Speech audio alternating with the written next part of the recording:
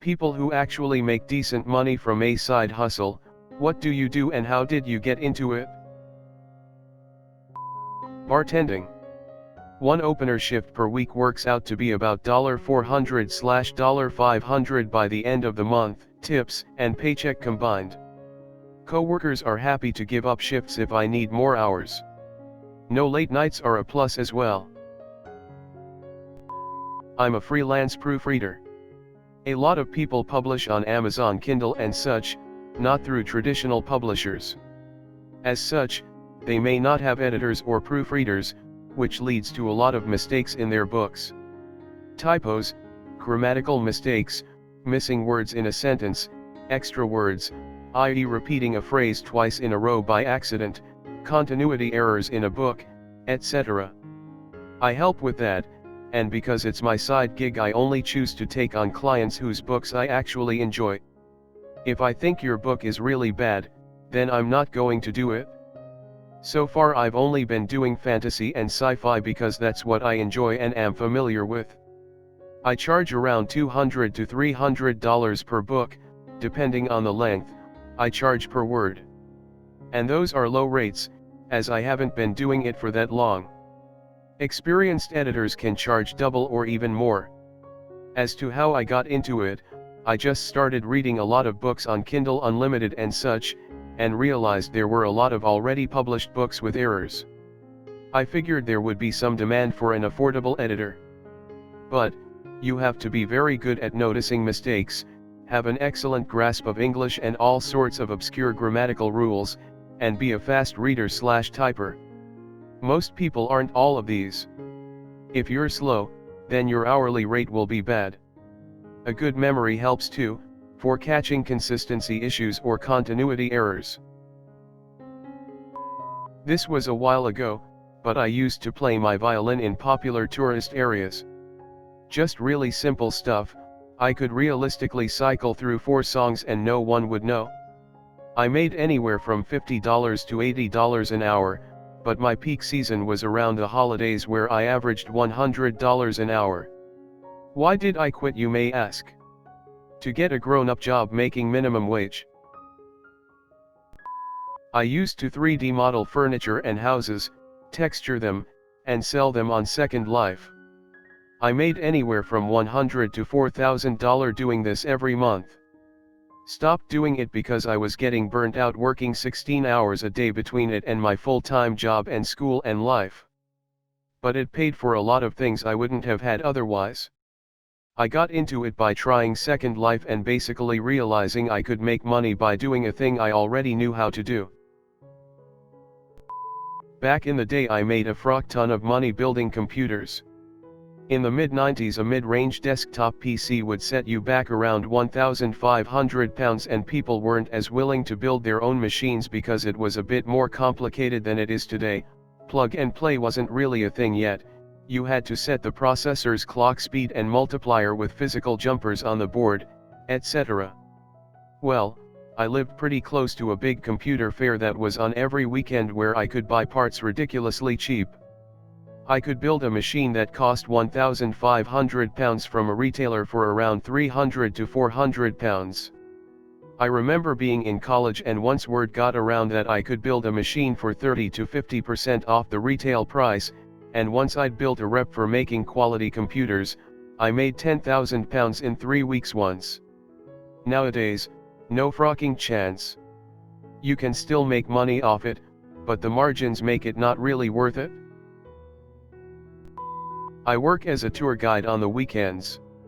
If you live in a big city, there are tourists who would love to be shown the best local spots. People are usually friendly and tip on vacation. Make about $40 an hour part-time with tips. Ever see a marching band at halftime? Someone has to arrange that music and design their drill, especially the competitive groups. What started as a design side gig in 2012 while I was in grad school grew a little every year. Since then, I've had the opportunity to work with thousands of kids and all sorts of great staffs in 2 countries and more than a dozen states.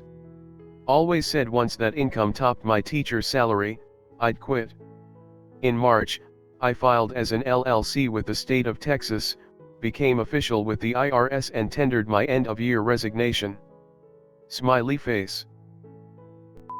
More my wife than me, but furniture restoration / refurbishment.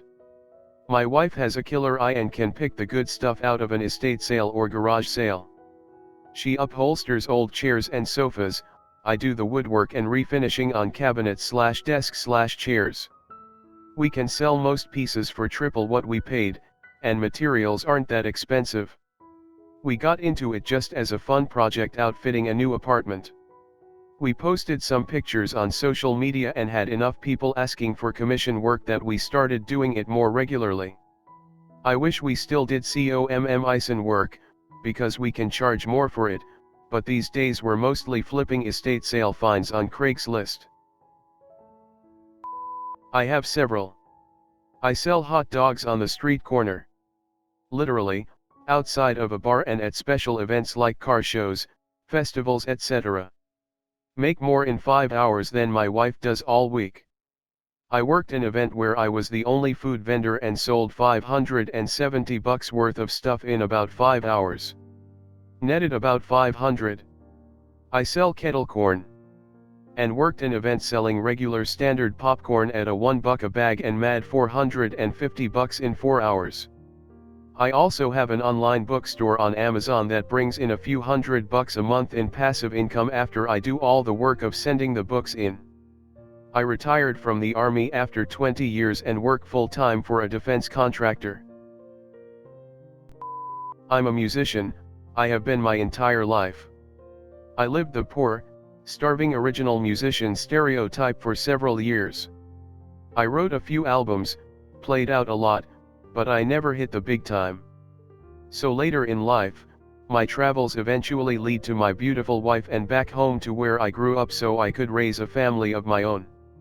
I fell back in with a group of musicians I knew growing up and joined their cover band. Turns out, cover bands are really lucrative. Lots of people want to see and dance to their favorite songs played live, but the bands are no longer together, or don't tour where they live, etc. So long story short, I'm doing better in the cover band than I ever did struggling to stand out from the gaggle of original musicians. Sometimes you find what you're looking for in the place you least expect. Airbnb. I have an extra room that yields about $500 every month. Totally worth it? Photo restoration. It has almost replaced my full-time job. There are a frill lion boomers clinging onto history. My clients range from 50 to 90 years old.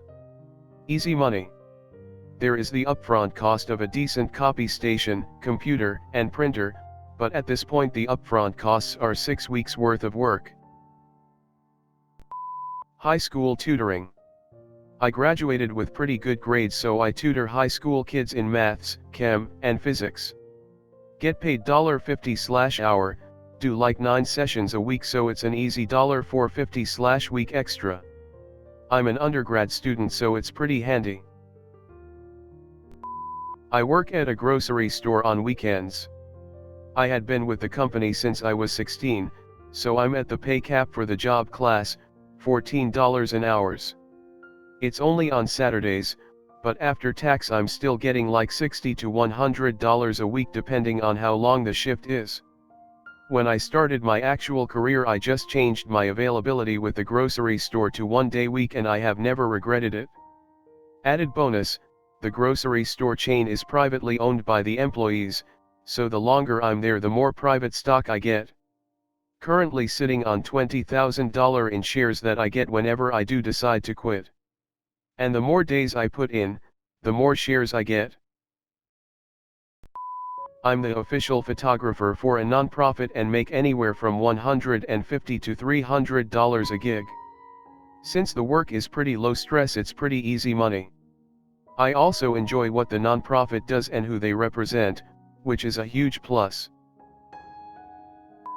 I help out with court report proofreading. I've always been a quick reader, so I can read 100 pages easily throughout a day while I'm at school or my other job. I get Paid anywhere from 0.30 to 0.50 cents per page, so throughout a week I can pick up an extra $250 or so. It's nice and really low stress. Every summer me and 3 other dudes had an under-the-table demo crew. All of us had trucks and access to a couple trailers to haul everything. We'd strip all the copper, sturdy 2x4s sheet metal, anything of value before we went to work on the rest of the house.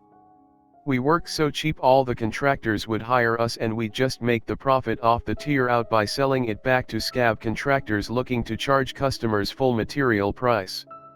One particular house had beautiful maintained cedar board and backer all the way around, along with 2 huge cherry fireplace mantles.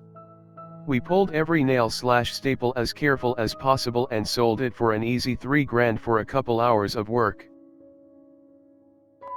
I ran an online game server, which eventually made me more money than my primary job. It lasted a few years. Then I spent time mining cryptocurrencies at its infancy.